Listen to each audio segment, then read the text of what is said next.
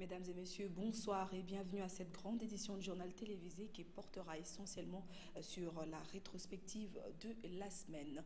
Il a attiré sa révérence hier soir. Le ministre de la Culture et Arts, Mbanta Moukalay, est décédé hier à 21h45 à Ngalema Center de suite d'une crise de diabète et des complications rénales. Vice-président du MPR après l'autorisation du multipartisme par le maréchal Mobutu, il a été plusieurs fois ministre jusqu'en 1997. Il revient au gouvernement en 2005 pendant la transition 1+4. En 2012, il est nommé ministre de la Jeunesse, Sport et Loisirs, puis ministre de la Culture et des Arts. C'est sous sa tutelle qu'a été organisé récemment les funérailles de l'artiste Shungu Wembadio, décédé le 24 avril dernier en Côte d'Ivoire. En off, le club de Kinshasa s'est imposé cet après-midi devant Sangabalende de Mbujimaï sur le score de 2-1. Au stade de Martyrs de la Pentecôte, ce match comptait pour la 10e journée du play-off de la Ligue nationale de football, phase retour. Le poulain de Jean-Claude Ibengue ont vaincu grâce au doublé du défenseur Padoubou Punga et les amis du coach Rachid Gafloui ont réduit la marque sur penalty concrétisée par le Ghanéen Idrissou. Avec cette victoire, le vert et noir totalise 21 points et chipe la première place au classement au sang et or du Kasaï qui est rétrogradé à la deuxième place avec 20 points. En politique, la semaine a été marquée par les 3 comparutions de l'ex-gouverneur du Katanga, Moïse Katumbi, et aussi de l'interpellation du ministre de Finances au Sénat. Suivez.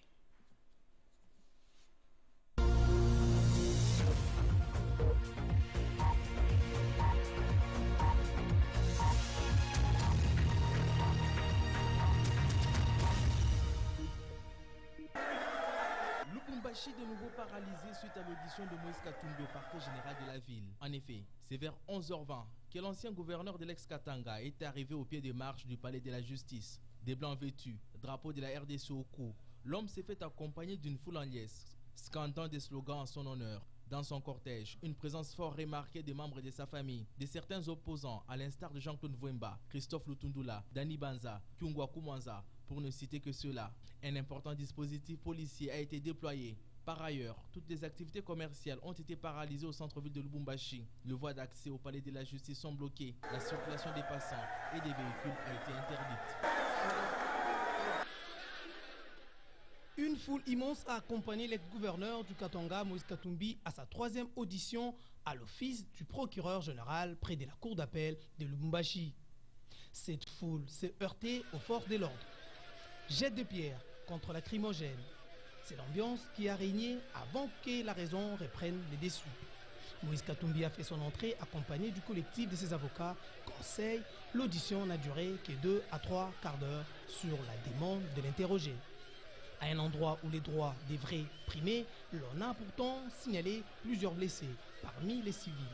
Le vitre du véhicule qui conduisait les proches de Moïse Katumbi ont été touchés par des jets de pierre. Aussi faut-il ajouter que la police n'y est pas allée d'une main morte devant les faiseurs de troubles. Dans l'entretemps, les avocats volontaires ont été chassés de la cour d'appel et les activités paralysées durant toute la matinée au centre-ville de Lubumbashi. Fini donc ce que l'on pouvait considérer des conflits entre la majorité présidentielle et l'opposition à propos de l'interprétation de certaines dispositions de la loi fondamentale, notamment l'article 70. La Cour constitutionnelle a tranché. Joseph Kabila reste en fonction après 2016 si la présidentielle est reportée. Décision saluée par la majorité présidentielle. Pour Christophe Colomonier, cette haute cour a bien dit les droits. Je salue d'abord le fait que la démocratie chaque jour devient une réalité dans notre pays. Et ça c'est important puisque la Cour, comme tant d'autres institutions d'après la démocratie, sont devenues une réalité et chaque jour chaque institution joue son rôle.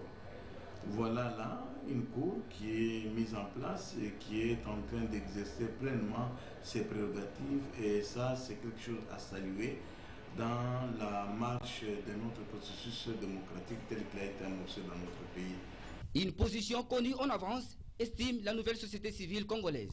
C'était quelque chose de prévisible que la Cour allait reparler le langage qui est dans la Constitution et qu'on n'est pas surpris par cette décision. Ce que nous craignons, c'est que la séparation des pouvoirs dans notre pays semble poser des petits soucis.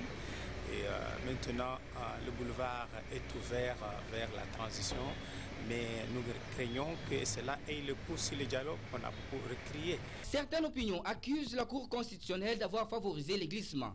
Le secrétaire exécutif national du PPRD parle plutôt d'un acharnement.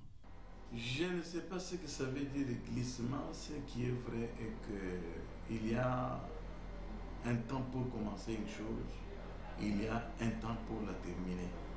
Nous avons des députés provinciaux, ça n'a jamais été un cas. Moi-même, je suis un élu provincial, je suis un député provincial élu. Et nous avons des sénateurs, ça n'a jamais été un cas. Mais cet acharnement pour une autre institution, le président de la République est aussi une institution qui connaît la même difficulté que l'Assemblée provinciale, que le Sénat. Somme toute, l'arrêt de la Cour constitutionnelle s'avère une interpellation pour les uns et les autres de regagner les chemins du dialogue en vue de sortir la RDC de la crise. L'arrêt de la Cour constitutionnelle est clair quant au fonctionnement de la République. Il vient de couper court à l'interprétation des articles 70, 103, 105 sur la longévité du président de la République, les sénateurs et les députés à leur poste jusqu'à la tenue des nouvelles élections. Une décision qui, malheureusement, ne rencontre pas l'assentiment de certains Congolais. L'article dit ceci, le président doit convoquer 90 jours avant. Mais si le président et son gouvernement échouent, ne convoquent pas avant, à ce moment-là, il y aura d'autres méthodes qu'on va chercher pour essayer un peu de voir qu'est-ce qu'on peut faire après le mandat du chef de l'État. Mais la même personne qui a mis les bâtons sur les roues, et maintenant la même personne, on lui demande de continuer. En tout cas, ce n'est pas normal. Ça ne peut pas se faire. Marqué, on a parlé de tout ça, mais il fallait qu'à la fin de ce mandat ici, on doit renouveler notre président. L'article 70, c'est ça. Là, on doit chercher d'autres positions pour changer un peu notre point de vue, de changer, de respecter le règlement. Bon, l'avis que la Cour constitutionnelle a donné, est-ce que c'était pour favoriser le pouvoir ou au contraire, il a vraiment... Moi, je pense à l'état actuel des choses. Tout le monde doit se réunir, se mettre autour d'une table. D'autres, par contre, s'inquiètent quant à cette décision capable de plonger les pays dans les mois. Pour l'intérêt du pays, le pays, ça s'appelle la République démocratique du Congo. Mais à ce moment où le pays n'arrive même pas à asseoir sa démocratie dans notre pays, vraiment, c'est regrettable. Et Mobutu, à l'époque, l'avait dit, ça, c'est une république de professeurs. Voilà là où les professeurs nous amènent dans ces pays. L'arrêt de la plus haute cour judiciaire reste exécutoire. Quant aux conséquences, l'avenir nous les dira. Amélioration du régime douanier en RDC. Le ministre des Finances a été mardi 10 mai au Sénat pour solliciter au nom du gouvernement l'autorisation du Parlement pour la ratification d'une convention internationale à ce sujet. En réalité, Kinshasa devrait la ratifier depuis 2001. Mais pourquoi avoir attendu si longtemps ? Henri Yave a rappelé que ce projet de loi portant ratification est sur la table du Parlement depuis le Haut Conseil de la République. Au niveau de l'exposé des motifs, on retrouve toutes les innovations. Mais à titre indicatif ici, nous pouvons relever quelques-unes. J'en ai épinglé 3. La première innovation, c'est la possibilité de création des zones franches et des zones économiques spéciales dans les territoires douaniers. La deuxième innovation, c'est l'instauration des facilités de paiement au bénéfice donc, des opérateurs économiques, dont notamment le report ou les paiements différés, ou encore les crédits d'enlèvement. La troisième innovation, c'est le renforcement des pouvoirs de la douane en matière de protection de la propriété intellectuelle. Un délai a été accordé à la Commission économico-financière et budgétaire pour approfondir la question. Je dispose d'un délai de 7 jours pour examiner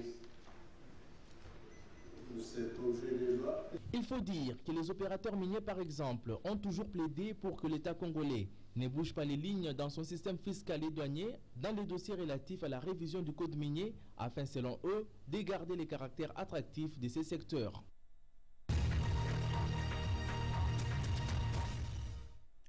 En sécurité, nous avons parlé de l'ouverture lundi 9 mai du séminaire de formation des magistrats récemment versé au siège par le général-major Delphin Nyembo Wabuzola et des députés du Nord Kivu qui ont boycotté leurs activités parlementaires suite aux tueries dont leur province est victime.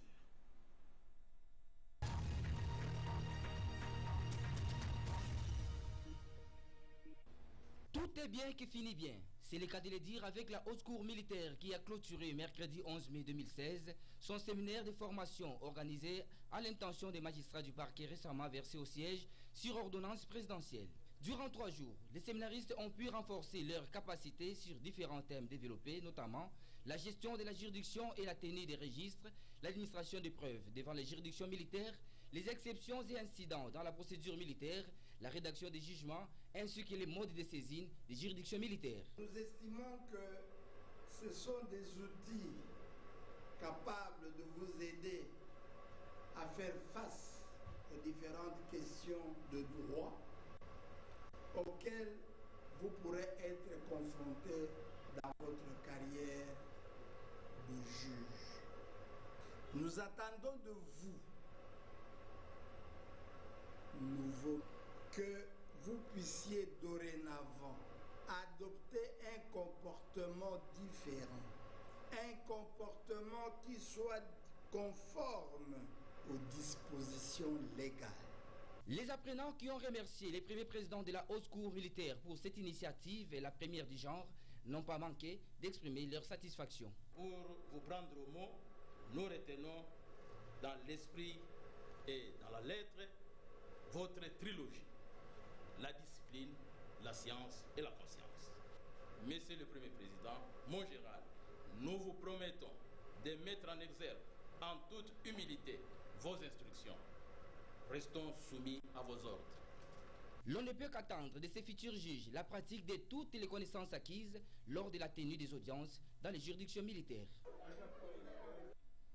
Ils sont appelés à présider dans différentes juridictions militaires de la République démocratique du Congo. Par conséquent, ces magistrats du parquet nouvellement versés au siège doivent être en mesure de donner les meilleurs d'eux-mêmes en maîtrisant certaines matières de l'appareil judiciaire militaire.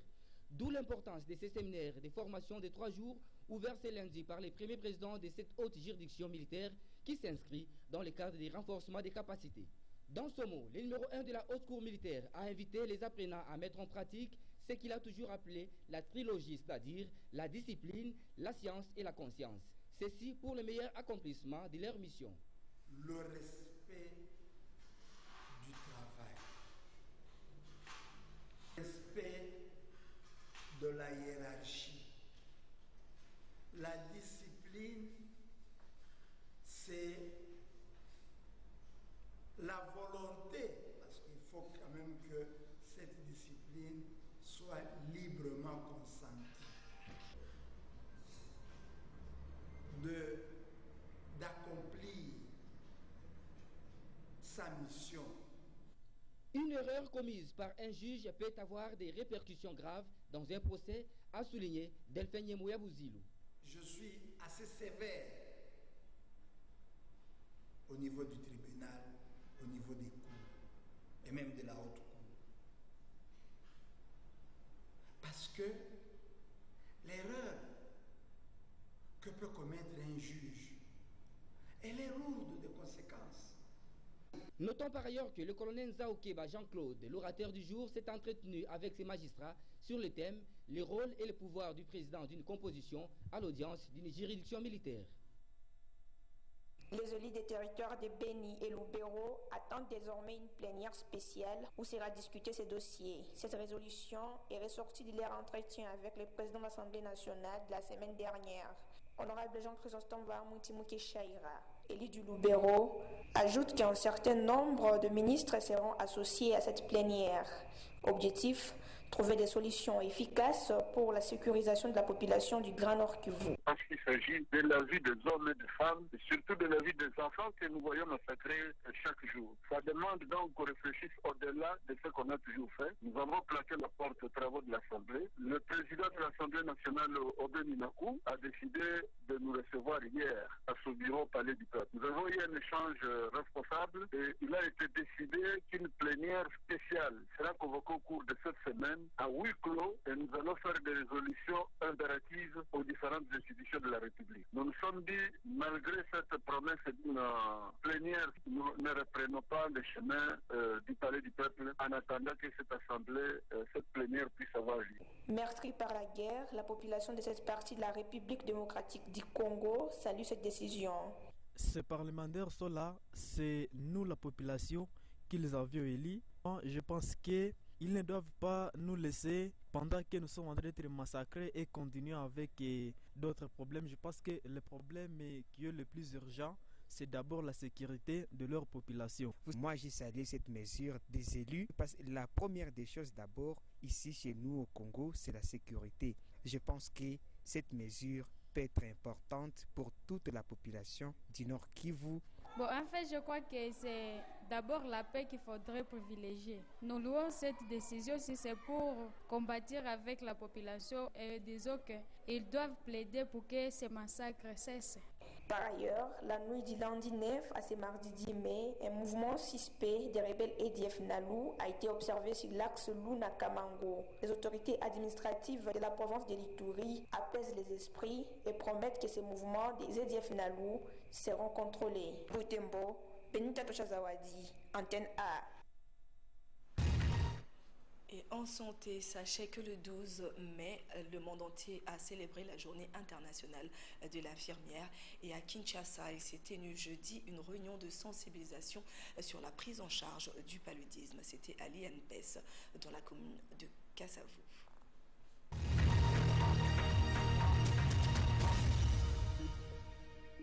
Avec le financement du Fonds mondial de lutte contre le VIH, le paludisme et la tuberculose, et en partenariat avec le ministère congolais de la Santé publique, Sanru appuie la distribution des moustiquaires imprégnés d'insecticides de routine dans les formations sanitaires de 313 zones de santé par le biais des ONG. Il faut noter que cette distribution est gratuite sur toute l'étendue des zones ciblées. Sanru souligne également l'importance de l'utilisation de la moustiquaire imprégnée d'insecticides à longue durée d'action comme l'un des moyens de prévention du paludisme chez la femme enceinte et l'enfant de moins d'1 an dans le monde et particulièrement en République démocratique du Congo. C'est une subvention, comme l'a dit Dr Fernandine, c'est un don du gouvernement à la population. Le paludisme ou malaria est un sérieux problème de santé publique. Il reste la pathologie la plus meurtrière des maladies parasitaires en RDC, surtout chez les enfants de moins de 5 ans. La région africaine compte à elle seule 80% des cas rapportés et 90% des décès dus au paludisme, suivant le rapport de l'OMS de 2015. Nous sommes en train de faire la promotion de tous les moyens de prévention et même le moyen de prise en charge contre le paludisme et suivant la politique nationale. Et c'est dans ces cadres que nous sommes en train de vouloir vous impliquer en tant que professionnels de médias pour que vous puissiez faire large diffusion.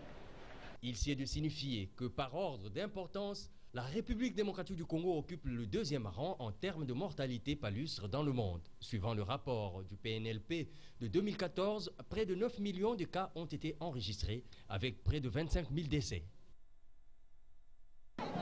Venus de tous les coins de la capitale, les infirmières et infirmiers ont célébré avec faste cette journée.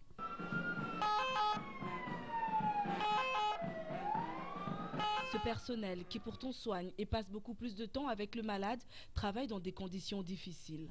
Depuis plus de 6 ans maintenant, l'Association nationale des infirmiers du Congo, ANIC, présidée par Komba Djeko, milite pour la reconnaissance de l'Ordre national des infirmiers. La profession infirmière avait une loi de 1952. Aujourd'hui, en 2016, 64 ans après, un homme, ministre bien sûr, mais avant tout médecin, nous avions peur au début qu'il puisse porter notre dossier, mais l'histoire nous a confondus qu'il a agi en tant que ministre de la Santé publique et il a apporté notre dossier au niveau du Parlement et c'est sur la voie du président de la République. Cette lutte va porter des fruits dans les tout prochains jours. Avant la fin de cette année, le président de la République promulguera cette loi qu'il a tant souhaité, celle portant création et fonctionnement de l'ordre des infirmiers en République démocratique du Congo. Donc l'honneur est au chef de l'État qui a donné instruction et nous, en tant que gouvernement, nous avons préparé cette loi. L'important n'est pas de fêter, mais de se souvenir des bases posées par Florence Nightingale, initiatrice de cette journée qui attribue à l'infirmière plusieurs rôles, à savoir la satisfaction des infirmiers. Car une bonne pratique ne grandit pas seule. Elle est le résultat d'études, d'enseignements, d'entraînement de pratique qui se finalise dans une base solide qui peut être transférée dans tous les milieux et auprès de tous les patients. La lutte contre le paludisme nécessite l'implication de tous, mais la plus importante est celle de la communauté.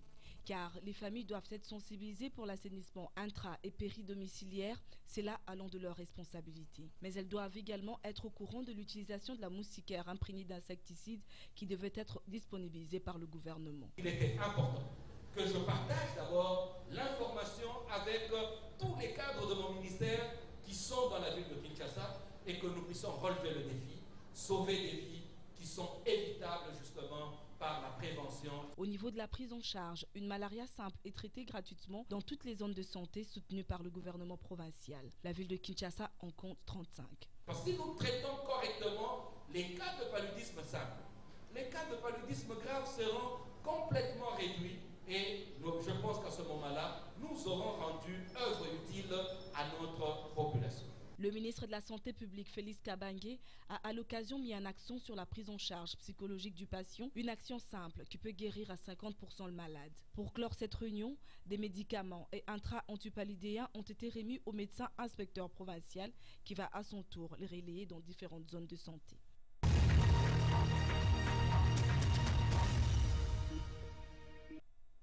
Et un portail électronique à accès libre sur les opportunités d'emploi sera bientôt disponible, sera bientôt mis en place à l'Office national de l'emploi.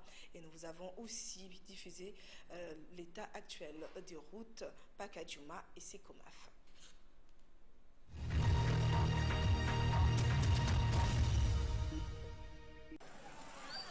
Il y a près de 3 ans, on mettait 15 minutes pour atteindre les quartiers Sekomaf à partir du quartier 1 dans la commune d'Ntchili.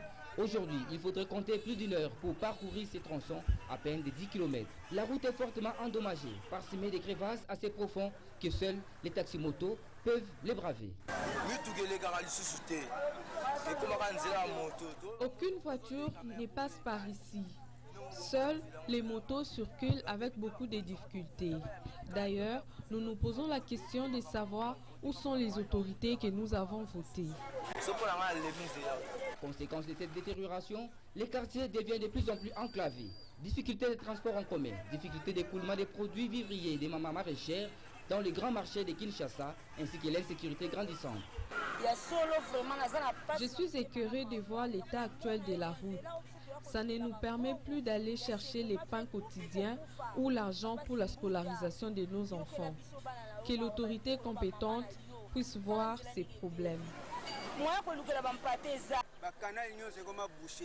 Tous les canaux sont bouchés.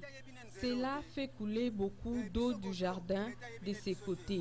On se pose la question de savoir si l'État congolais pense aussi aux habitants de ces quartiers, parce que nous sommes rejetés. Pour les habitants de ce coin, cette situation est le fruit de la négligence d'entretien des routes par les autorités urbaines à qui ils lancent un appel vibrant pour une solution durable à ces problèmes. Ces images d'amateurs prises en toute discrétion ne présentent pas un dépotoir, mais plutôt un quartier de la ville-province de Kinshasa, communément appelé Pacadjouma. Ces quartiers ne réunissent pas les bonnes conditions sanitaires. Ainsi, ses habitants vivent dans de très mauvaises conditions. La seule rue principale qui conduit vers le petit marché est envahie par des immondices et de la boue qui atteignent même le port de maison. Les eaux stagnantes sont presque dans tout le quartier et les toilettes sont immergées.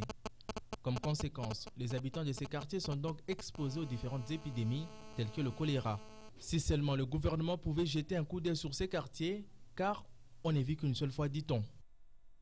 À l'heure où la révolution numérique constitue le chemin obligé vers la modernité, ce portail électronique qui sera mis en place donnera libre accès aux opportunités d'emploi. Une initiative saluée à juste titre par le vice-premier ministre en charge de l'emploi, travail et prévoyance sociale. Fidèle à sa tradition d'excellence et toujours préoccupé à mieux servir la population congolaise demanderesse d'emploi, l'Office national de l'emploi s'attelle à mettre en place un portail électronique à accès libre sur les opportunités d'emploi. Ce portail facilitera à coup sûr les opérations de recherche, de recrutement, de placement et autres en matière d'emploi sur toute l'étendue de la République démocratique du Congo. Faciliter l'accès à l'information, c'est le leitmotiv de l'ONEM qui est appuyé dans ce projet par le Fonds national de promotion et de services sociaux. Ainsi, cet office pourra encore mieux organiser les offres et les demandes d'emploi. Ce qu'il faut en retenir, c'est que l'emploi doit être géré de façon transparente. Et pour ça, nous avons besoin d'un outil. Et comme nous sommes à l'ère de la révolution de la modernité, l'outil numérique est le mieux placé pour faire le partage des informations et à ceux qui en cherchent, comme les demandeurs d'emploi, les chômeurs, et à ceux qui veulent leur offrir des postes de travail, et au gouvernement qui gère ce monde du travail. Cet atelier va notamment se pencher sur des questions de présentation de l'importance et les exigences de ce portail électronique, de la conception ou l'élaboration d'une base de données et son utilisation, ainsi que de la détermination des éléments de base à contenir dans l'ébauche du répertoire opérationnel des métiers et des emplois en RDC. Et absente lors de funérailles de l'artiste Papa Wemba, la première dame de la République démocratique du Congo a rendu visite à la veuve de l'artiste mardi dernier. Suivez.